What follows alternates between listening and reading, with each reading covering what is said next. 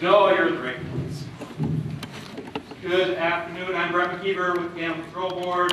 I work out of the Roseville office, currently the compliance specialist for Stearns, Benton, and for the time being at least Carleton County. Been with the Animal Control Board about almost 13 years.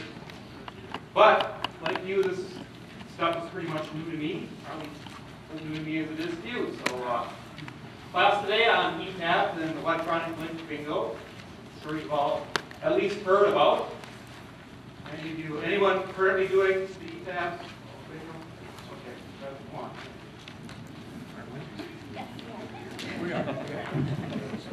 All right. If you have cell phones or anything, you want to just put them on buzz, that would be great. And I think you all know, as far as the sign-up sheets, we don't do the sign-up sheets anymore. As long as you want to make sure you look and make sure you're registered as a gambling manager. Those of you that are gambling manager. As long as you're registered as a gambling manager, you're going to get credit for being here. And I trust you to make sure you're taking at least one class for this next couple of days. The reimbursement for mileage is currently 55.5 cents. And of course, with membership approval, your lodging, meals, etc., that's all covered. You're here, hopefully learning something new. Did everyone get one of the handouts as they were coming in? If not, they're stacked them in the back. They'll stack them here if you want to grab one of those. They'll still come in a little bit.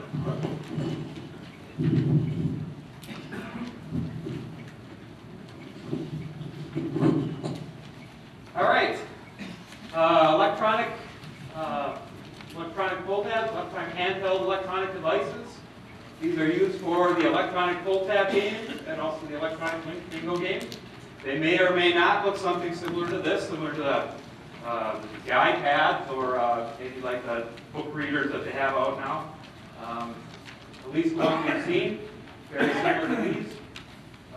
Also similar to those, I don't know if you see the trivia games that are in a lot of the bars, the link trivia games, the handheld models. Some of them that we're seeing now are also similar to those. Kind of a design that most people, that's with current technology, that's what they're used to seeing. Nothing too spacey. The location, where these things can be used. Must be used at a premise licensed to serve liquor or 3-2 beer. On-site or an off-site liquor store, no convenience, drug, or grocery stores, or a premise seating at least 100 where the primary business is bingo, so your bingo hall. And that's kind of pretty much where you can sell pull tabs now, with the exception of your convenience stores, and maybe some of the cafes and such that currently do some pull tab sales would not be allowed with the electronic devices. In addition to doing the electronic games, you must also sell paper pull tabs at the site. One of the requirements by statute. You can't just do the electronic games. Availability of electronic games, they are available right now. We have one approved distributor and manufacturer. Go down on the sales floor. You can see there's many waiting in the wings. Get ready to go. Perfect time for you that are considering getting into the electronics. You can go down and talk to all the distributors, all the manufacturers. See what kind of offers that they're giving you. Check out what games they have available. E-bingo games, we haven't approved any of those yet, but likely by the end of the year we're going to start seeing those games also. And once we get those games approved, there'll be a lot more information on it. The maximum number of devices allowed in play for electronic pull tabs depends on your seating level, what's approved by the fire marshal for seating in that establishment. For sites with less than 200 seats, you're allowed 6 of the electronic games. Sites with more than 200 seats, you're allowed 12 of the electronic games. Sites for at least 100, where the primary business is bingo, your bingo halls, they're allowed to have 50 of the devices available. And then again, the seating capacity is determined by the fire marshal. Somewhere posted in the building, there's that seating limit. Is there a seating capacity?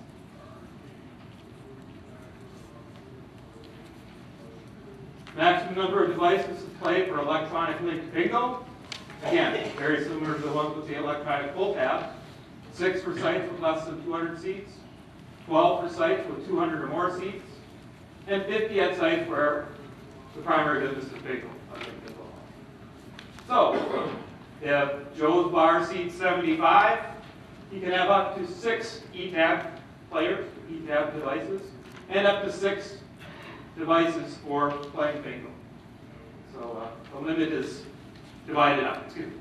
Okay, so how does that work if you have one of the machines that does both bingo and taps? It could be activated to do one of the games that would count. So if it's activated to do bingo, that counts against your bingo limit. If it's currently activated to do pull tabs, as I understand it, then that will count against your pull tab devices. So depending on what it's activated to do at the time. Does that make sense?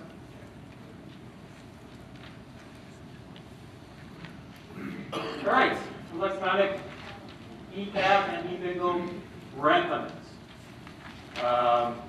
If the lesser's employees conduct the games that is behind the bar, the rent limit on those is 15% of your net receipts. If your organization employees are conducting the games, a booth operation, 10% with a $1,750 cap, same as it is for the paper bowl. Based on actual net receipts for the month and not on games closed. You can take your net receipts at the end of the month, whatever those are, that's what you're going to use as a base to determine your rent, not on closed games that currently do with the paper bowl. Yeah, there's an Excel version of our LD 216, the rent calculation worksheet. Yeah, it's not a required worksheet, but it might help you out in calculating these different percentages. And also in your handout, there's also a manual version of that rent calculation. Yep. Is it separate? Do you pay one rent per day? Yep, you'd have to break down. Excuse me, the question was if these were paid separately. You could pay them in one check. You're going to have to do your calculation based on your electronic sales, and then look at your paper sales and break them down that way.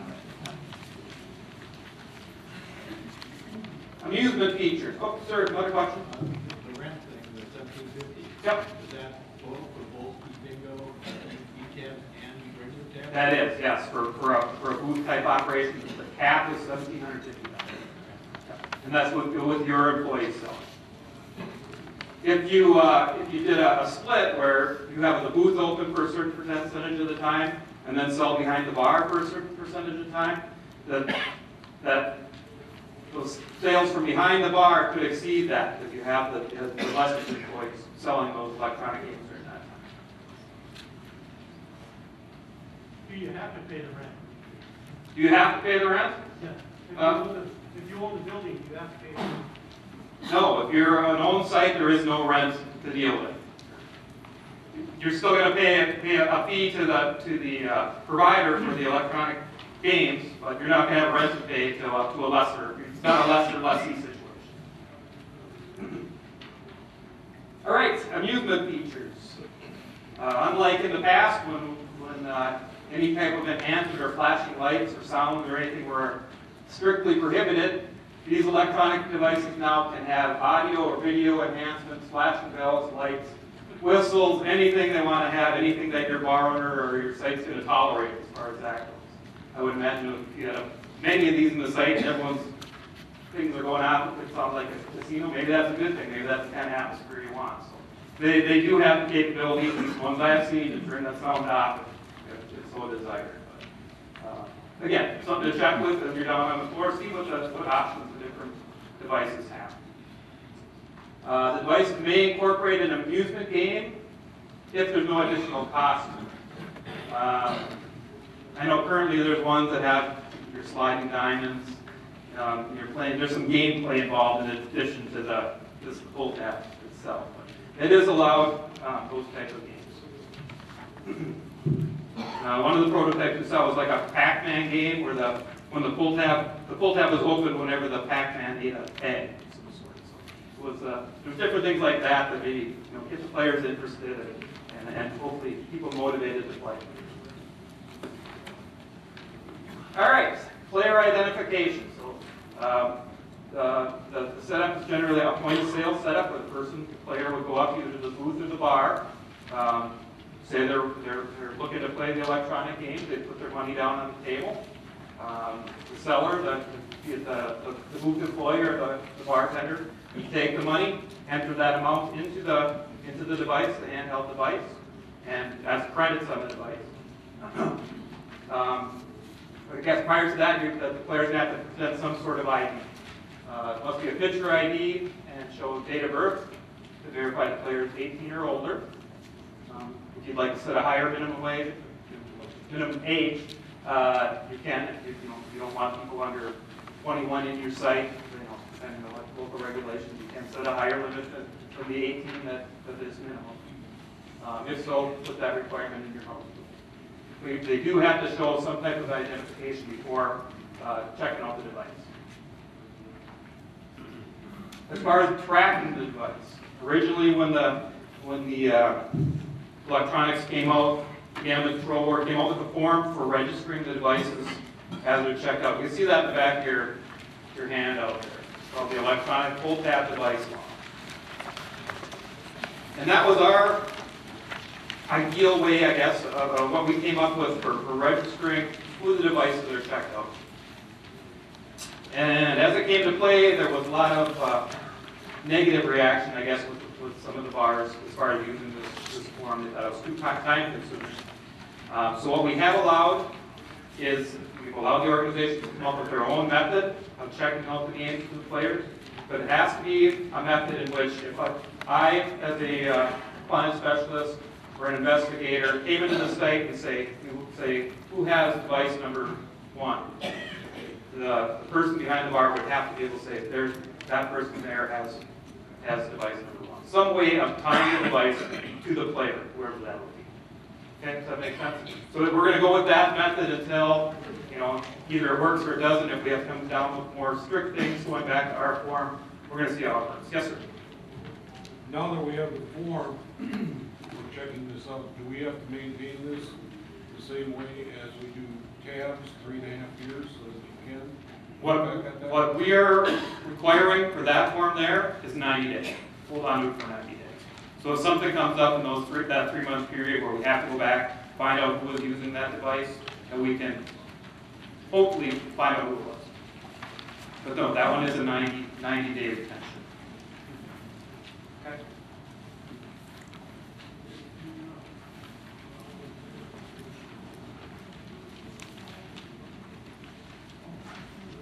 All right. As far as the games go, anyone use cash registers currently for the full tab games? I know a lot of the larger sites do. As far as that goes, this would be very similar to what you're doing with cash register. We have a single cash drawer for all of the electronic games that are in play. The computer report will show you at the end of the day what your net receipts are, how much went out in sales, how much was paid out in prizes. That minus whatever your starting bank is should match up with your net receipts at the end of the day. Can you use your cash register also for pull tabs? With the current system that is out there, that's been approved, they have their own point of sale device that they lease to you as part of the system. I don't know how you would tie your own cash register into that process. Again, check with some of these other ones. They may have a system that's different than that. So you don't have a problem if you tie your e-tabs and your pull tabs into the same cash register? Well, you're going to want to separate it because they are reported differently. Don't you separate them on your cash register? Again, you probably have to get that approved. And we haven't approved any system like that yet. So, again, I'm not exactly sure. This current system that is approved has its own tracking place. Again, it would have to be something that would be approved. And I don't know if the tying it out between the paper and the electronic. If you could do it on the cash register, I guess that's definitely a possibility. But I'd have to have that capability. Again, at the end of the day, you're going to find out what your net receipts are. Count out the shift drawer. Keep your starting cash, and then that deposit is made. Difference here again between the electronic and the paper, and this is as it was written in statute. Deposit has to be made within 2 days rather than the 4. I don't know. It's the way it came out in statute when it was written. I don't know if they were thinking this is gonna be such, such a big industry that we don't want all this cash sitting around, undeposited, and I don't know. And I know it's caused problems for some of the organizations that are doing it now. Whether or not a change comes down the road, I don't know that either. There'll be a proposal January 1 introduced. There you go. I figured that would happen because, like I said, it's not a very popular statute anyway. Yeah. Isn't that deposited whether the game is closed or not? Correct. Correct. The way at least the current games that have been approved, the games are taking a long time to close. I mean, if the game closes within a month, it's a rarity. It has to be a really busy site. There's 7,500 ticket games that are commingled with another 7,500 ticket game. So basically, you have to pay almost 15,000 tickets before the game closes out. So because of that, probably 10,000 tickets. But anyway, because of that, you're not going to have a game closing out at the end of the month. At this point, again, there's some talk with the Department of Revenue of changing the way these type of games are reported, where they may be reported on an end-of-month basis rather than a closed game basis. But again, that's still in the future. But at this point, no. Yeah. What are your percentages on the payouts on? The maximum payout is 85%. And Why that's the game we're seeing now. They can be lower, and that's not to say, again, check with the other distributors out there. They may have lower percentage games. The current distributor may put in lower percentage games. But right now, the games that are there are all right at or around 85%. Sir. We have players that like to play just certain games. When you say commingled, Yep. are they always commingled, or can they play a single game? The current ones that are out there are commingled. Again, whether the other distributors So don't, you always have at least. that is the way that these ones are set up. Yep. Yep. Well, you can still play the individual. Correct. No, because of the way I read it in here, it says that they come up randomly as far as no? No, you have a No, choice, you at pick least your on game. our machine, you have a choice. Well, yeah, you can pick between the different games. Five you want to play. Of course. And you can stay with Cash it. is what's going The cash is. And the tickets are commingled in these games. The actual gameplay, it is commingled games. They can commingle up. You have two games. Yep. Co-mingled. Are they the same games? It's the same game, same model number, the only thing different is the serial. Yeah. Yeah, so they're exact same game. Just puts more tickets out there, makes it harder to figure out where the winners are coming from. Play out. Way in the back. Husband is a gambling manager at US Handicap, Yep. and the way he has it set up, it does not have to be co-mingled. And you may have two games in there at the same time, but you can play out the first game prior to going to the second. There's two ways of doing it. Okay, the ones I have seen is there's two 7,500 ticket games played. The first one plays down to half, then the other one kicks in. That one plays down half, then you go back to the first game, that plays down half. Again, it's going to be different probably between the different manufacturers and distributors. So something you want to check with as far as how it operates. But that's what I've seen with the ones that's currently out there.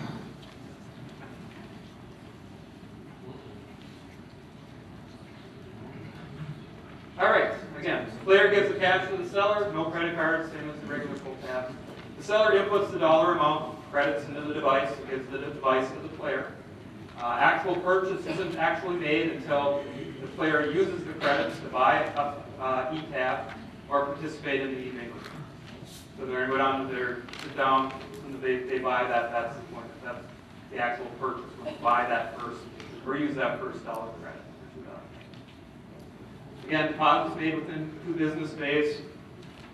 Sounds like that's going to be short-lived. Sir, way back. What's the purchase price of the game? They vary. The current games that are out there, they have a 50-cent game, a $1 game, $2 game, and different games have different price points. Some of the games are 50 cents a dollar, some are $1, $2. You can buy the same game at different price points. So right now we have what we've seen is 50 cent to $2 games. They can go up to $5 games, same as the regular full tabs. I think he's asking, how much is the game? How much does the game cost to the distributor? From the distributor. At this point, there's no cost on the games, on the ones that are currently approved.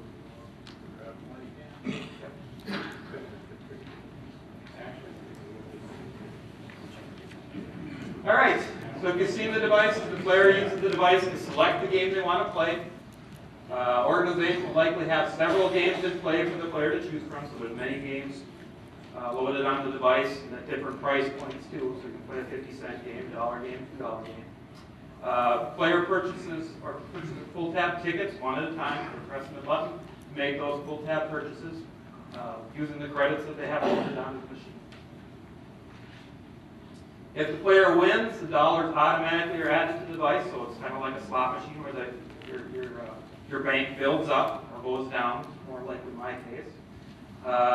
Player must see the seller only when they're cashing out or if they want to add more dollars in the machine. So if they used up all their credits, they go up and put some more money on it.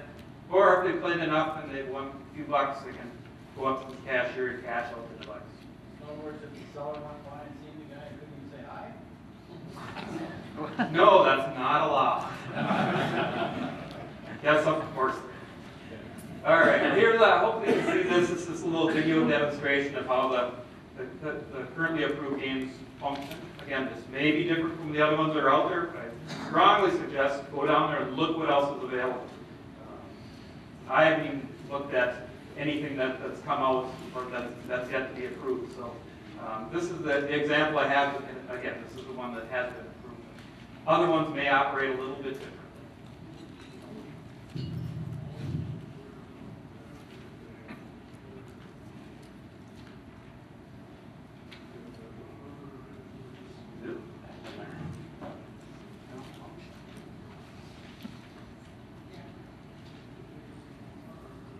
All right, so there you see a game. It's called Mystic Sevens. Mystic Sevens isn't around anymore. They had to change the name of it because Mystic Lake didn't like the name Mystic Sevens. You can choose, as you see here, many different games there to play. I think there's 5 different games.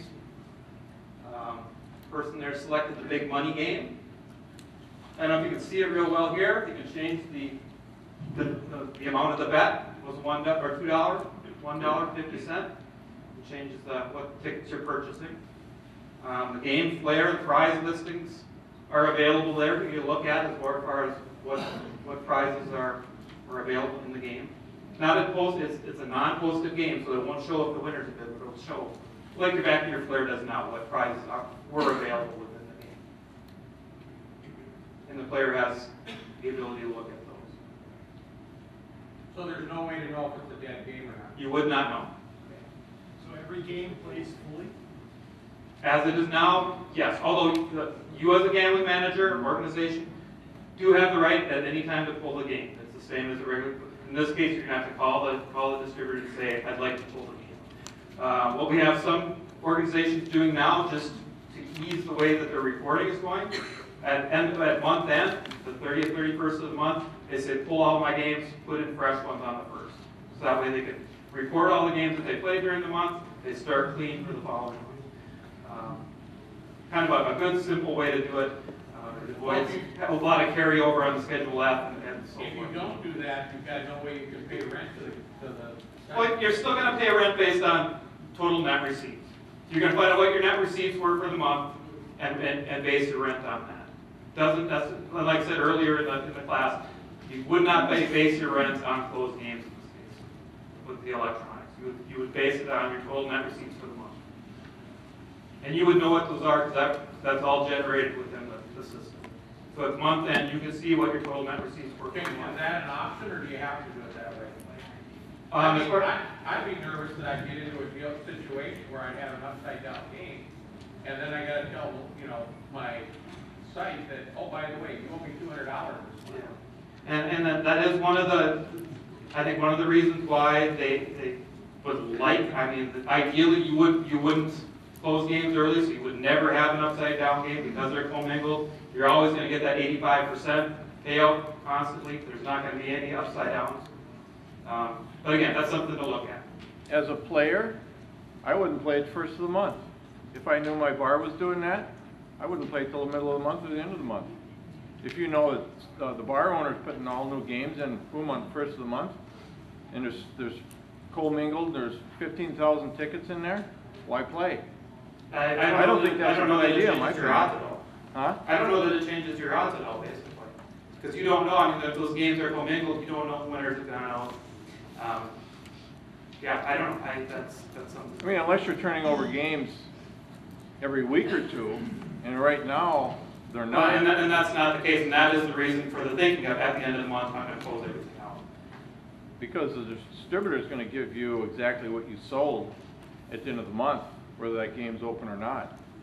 I mean, maybe it's a good way to do accounting, but in my opinion, it ain't a good way for the buyer of pull tabs. Yeah, that I don't know, I guess I don't know exactly if that would affect the odds greatly or not, I'm not sure.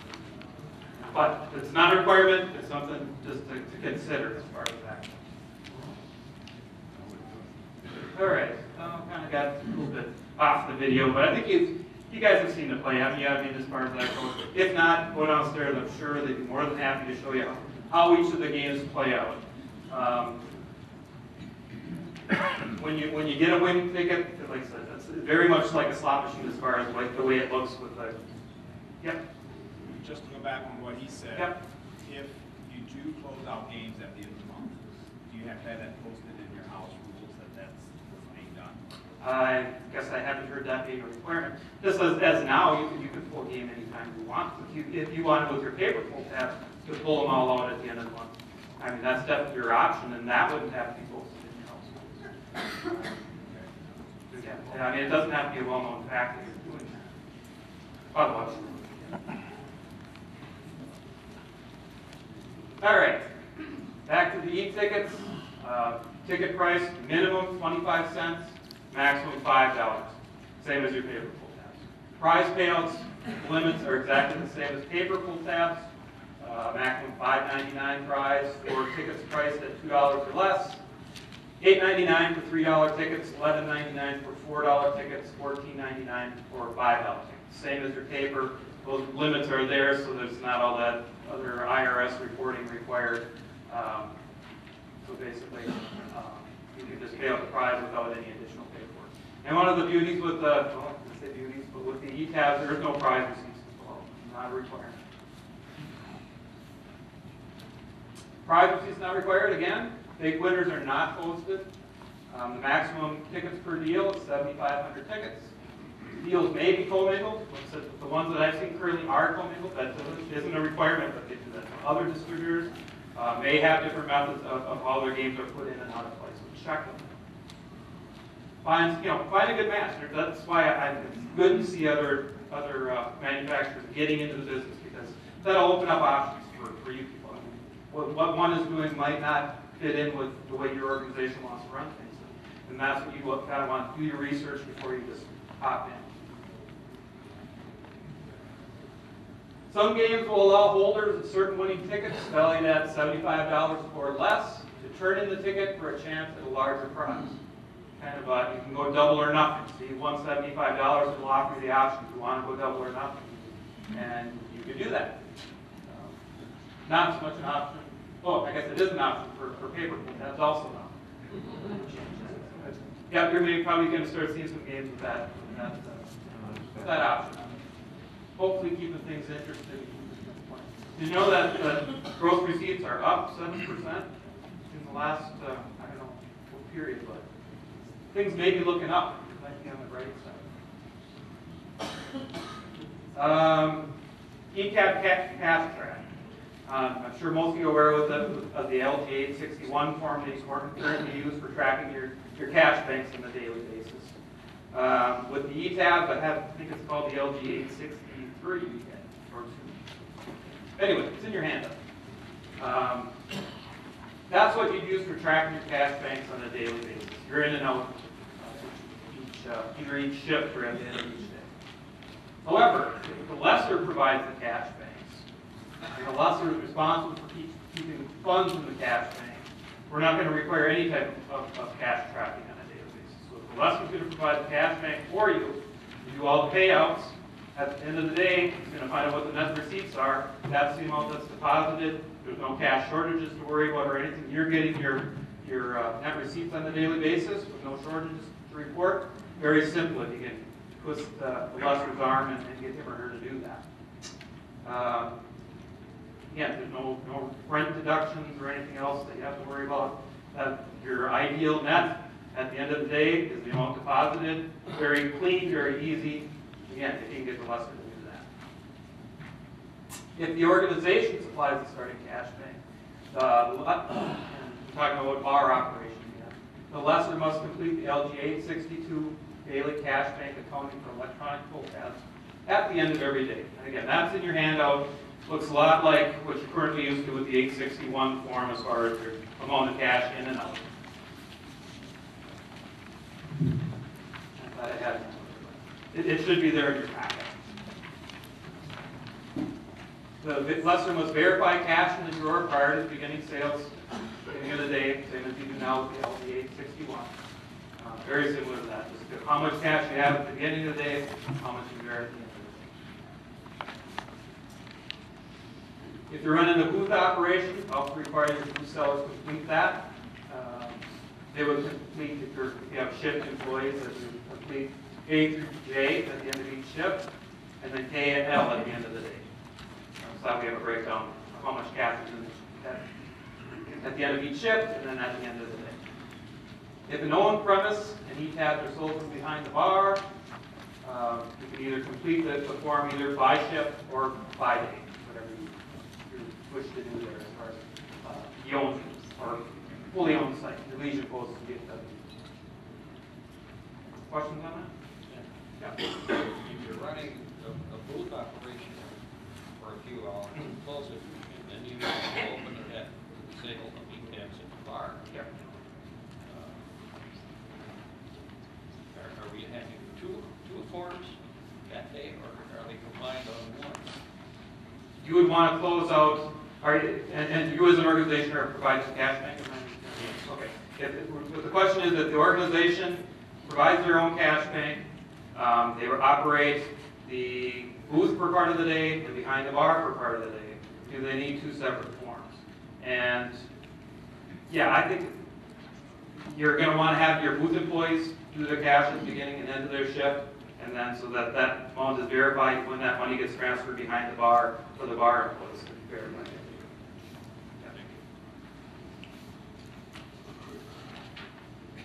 Reminder, form is not required for bar op where the lesser provides the cash bank. Again, if you can possibly talk into that, I can't imagine how much simpler that would be for a lot of people. You don't have to worry then about how much cash you're keeping there, organization cash you're keeping on site, because the bar owners can provide that, and they'll keep extra in their safe or whatever to make sure the payouts are being made. Yeah, I can't even, I wish, I mean, it wouldn't be anything we could require, but if we could, that would be awesome. It would work a lot like the lottery tickets. Tracks cumulative month-to-date cash shortages. So on that form, you track the shortages at the end of each shift and cumulative total at the end of the month. At the end of the month, cash shortages apply to the last game listed on the B2. And if you use the cash register, that's exactly the way cash shortages are recorded, using a cash register. You compile them through the month, and at the end of the month, you apply those to the last game. And there's detailed instructions included in the handout there, so how that form should be filled out. All right, obtaining E-tab equipment. Equipment is available, it's leased from licensed distributor. We have a bunch of those downstairs. The lease rates are based on sales. You're not really putting up your own money. You're leasing this equipment from them. You're only going to pay them. When you make money, they make money. You lose money, they don't make money. Lesser must pay for the cost of the internet access. So the lesser is required to pay any expense of putting that internet line into the bar.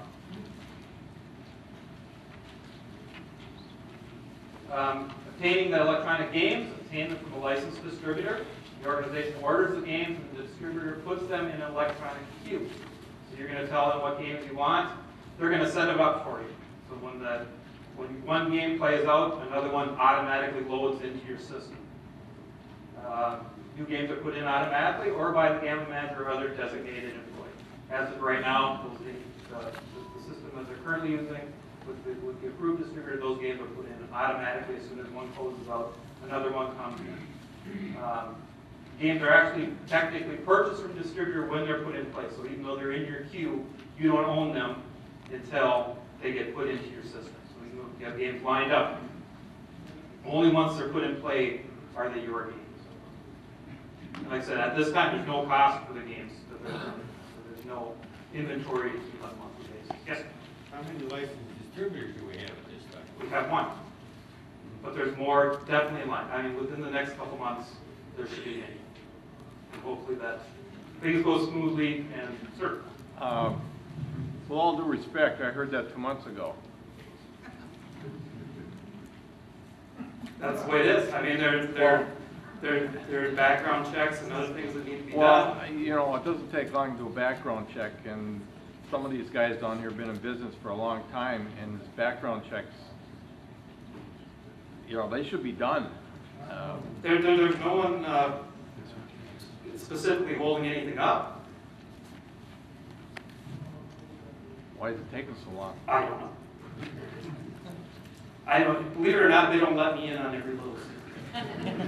Well, I asked Tom that last month. Yep.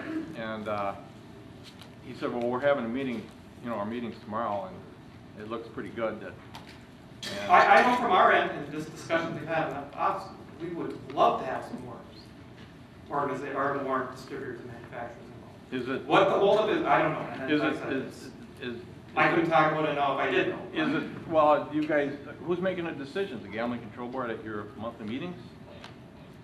I think that this is a good question tomorrow at the meeting to ask Tom. Barrett. Absolutely. There you go. Yeah, because really, yeah. Because he's right, he's got nothing to do with Brett it. McKeever, And we you can may find- think I'm really powerful in this organization. I come across that way. But no, and I seriously do not know what the goal is. I do not know.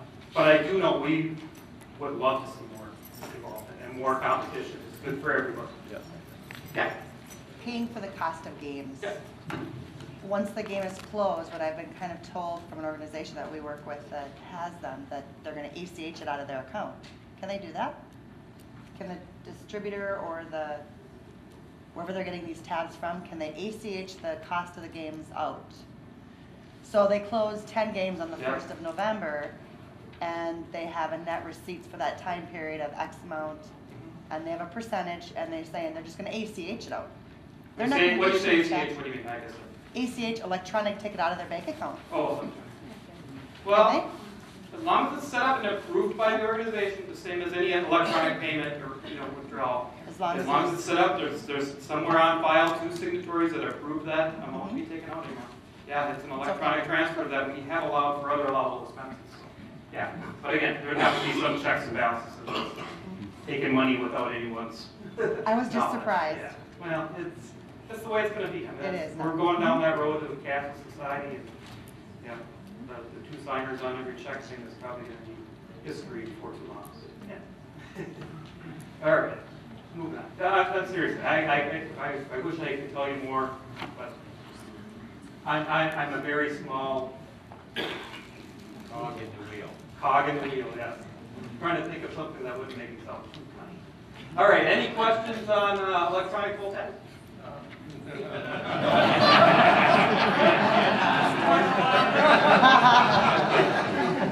There's a booth downstairs. And I know you're all going to have questions, and again, I think a lot of them, they're going to be best answered by your distributors and stuff that are down there. Sir? On the internet connection, Yep. does this have to be a separate connection, or can you just hook up to whatever the need? I'm not sure what the specifications are. Would have to meet, I imagine, certain security specifications. If some bars already have that installed, I don't know if maybe they have the Mega Bingo where that would require a separate connection. If that's one that could be used for the system, it may depend on the different systems that are available. I'm not sure. That's a good question. Your pamphlet describes Wi-Fi connection. Right. But I think there's more, different systems are going to have different requirements. So again, check with them. I don't think that the state requirements are all that stringent, but the manufacturer requirements. Sure. You're gonna be playing 7,500 ticket games, and they're commingled, so you can have 15,000 tickets in there. Yep. We gotta pull the money every day. What the hell kind of cash bank are you gonna have to carry? From what I've seen, the cash banks haven't had to be that large, because your payouts aren't that. You got like $599 winners, so. Yeah, but a lot of groups have that now as far as the payroll. Yeah, but I know one of the groups that I deal with in St. Cloud, they have a $1,400 cash bank. I don't know that they've ever had to go, above that. So a lot of them, if you run into dispensing devices, I know a lot of those groups have to keep a fairly large cash bank too. But maybe good just to keep some there in the till, and other keep an emergency slush fund in, not slush fund, but emergency fund in the safe. So in that emergency where that you need that money, it's available, but it's not just out there in the cash. Keep in mind, those are credits. And a lot Right. of people, just like a slot machine, they'll Well, just- and I guess that's what I've seen too, where it's people win big, but they also have a tendency to play a lot of that stuff back into the game, a lot like you do with slot machines. Yeah. Can you decide what kind of payouts you're going, what game amounts your payouts? Well, I think that depending on what the distributors have available for you, Okay. they'll have different payout amounts depending on. Like and different- $500 games or Yep, and something? it's not going to be probably any different than what you're dealing with now with Okay, paper. you make that. And again, the more distributors again, the more options that y'all are going to be able to have and be able to choose from. Find the one that fits best with what you guys want to do. Was there somebody in here that had ECAP? There was. How much is the line, to get the line put in? It's about, it's about $800, that's what was quoted, but I don't think any of our borrowers have gotten it. Really? One is at like $300 bill, but. Oh, that's a dedicated quoted internet it- All right, connection? quickly before I get too far, and I know they're going to need this room at some point, well, let's touch on the electronic link bingo real quick. We haven't seen any of these yet for approval, as far as I know. But this is the basics. You're going to play against other players throughout the state, so these devices are all going to be linked up to a main computer where all throughout the day you can hop in there, a player can hop in there, start playing a game of bingo electronically against however many other people are within the state or into the system at that time. New games will start continuously. There'd be statewide progressive jackpots like we dealt with the Mega Bingo jackpots. Games will be operated by a licensed link bingo provider. Again, we haven't licensed any of those yet. I don't know if there's any of those in the pipeline. I haven't heard of any yet, but hopefully that comes. Actually, I think this might be where the money is going to be at some point. Don't get the electronic link games confused with the little bingo minders that are already out there. Those bingo minders are used for bingo games that are conducted with paper.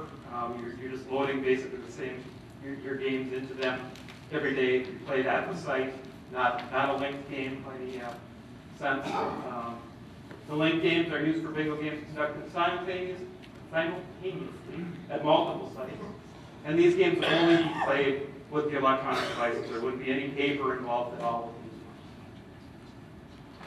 Prizes in excess of $599 paid by a link bingo provider within 3 days. Again, a lot like what the Mega Bingo requirements were as far as prize payouts. Progressive jackpot prizes may get very large, maybe over $10,000, hopefully. Something that'll kind of spur some interest in it anyway.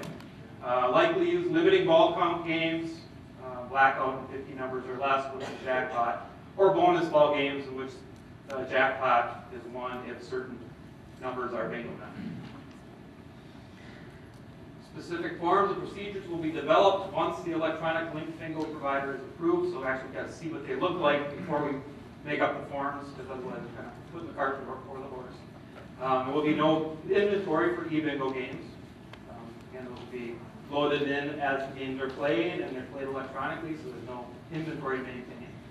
Forms will track cash shortages. Required forms will be available on the website when they're invented.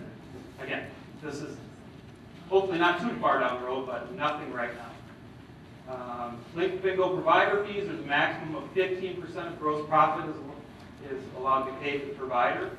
But the board has the authority to jack it up to 20%. So if we're having a hard time finding providers that can't make it work at 15%, we do have the authority to be a little flexible and increase that payout. Link bingo provider contracts with a licensed distributor for link bingo game services, installation, repair, maintenance, etc. is included. lesser pays again for the internet cost. Rent limits are the same as with the electronic pull tabs. Unlike bar bingo, you can base your rent on these electronic bingo sales. Again, same percentage payouts as with the tabs. All right, common questions. Does all the profit from e-bingo and e-tab go towards the new stadium? No. Profits from the e-bingo and e-tabs are split between taxes to the state, expenses for charities, and the balance for charitable purposes. Funding from the stadium comes only from the expected increase in tax with the increase in gaming. That's the hope and the prayer that this all works out. But anyway, yes, you're not having to pay for the stadium with your good work. That's coming from increase in tax revenue. Will we need to send in new leases for sites that have e-tabs and e-bingo? Yes. You're going to have to indicate on your lease form that you're conducting those types of games. Do we need additional permits or licenses to conduct e-tabs or e-bingo? No. You're licensed to do all forms of lawful gambling as a licensed gambling organization. Reminder, refer to the electronic pull tab booklet for forms and questions. So if you didn't get one on your way out, there's a pile of them there. Please don't take more than you need though, because I have 2 more classes like this to do. You hate to run them. Additional information on e-bingo will be posted on the website once Link Bingo providers are approved. So again, those are coming down the road. I'm sure once they are approved, it'll be on every news channel and every newspaper, much like the pull tab. The LG Q16 is available to help you determine correct rent amounts. That's the rent calculation worksheet. Again, that's in your handout. Thank you for attending. No. I'm gonna back up to your comment on the 1099 form for the organization that does not have to supply. Yep. Just because we don't supply it doesn't relieve them of the liability that they have to supply. True that. That is exactly. Because then IRS is gonna know if you've already given the direction. That's right. So they're gonna know about it, you know, and that's just gonna be a warning. Yeah, I should have been more clear with that. The 1099, those prize limits relieve you of having to give that 1099 out, but that doesn't relieve the individual winner for reporting those on their tax. Again, not your responsibility. Question. One more. Sir. Tax rate higher on electronic pull tabs than paper pull tabs? Nope, same tax. What? I got time now. Brad. How are you? Half hour now.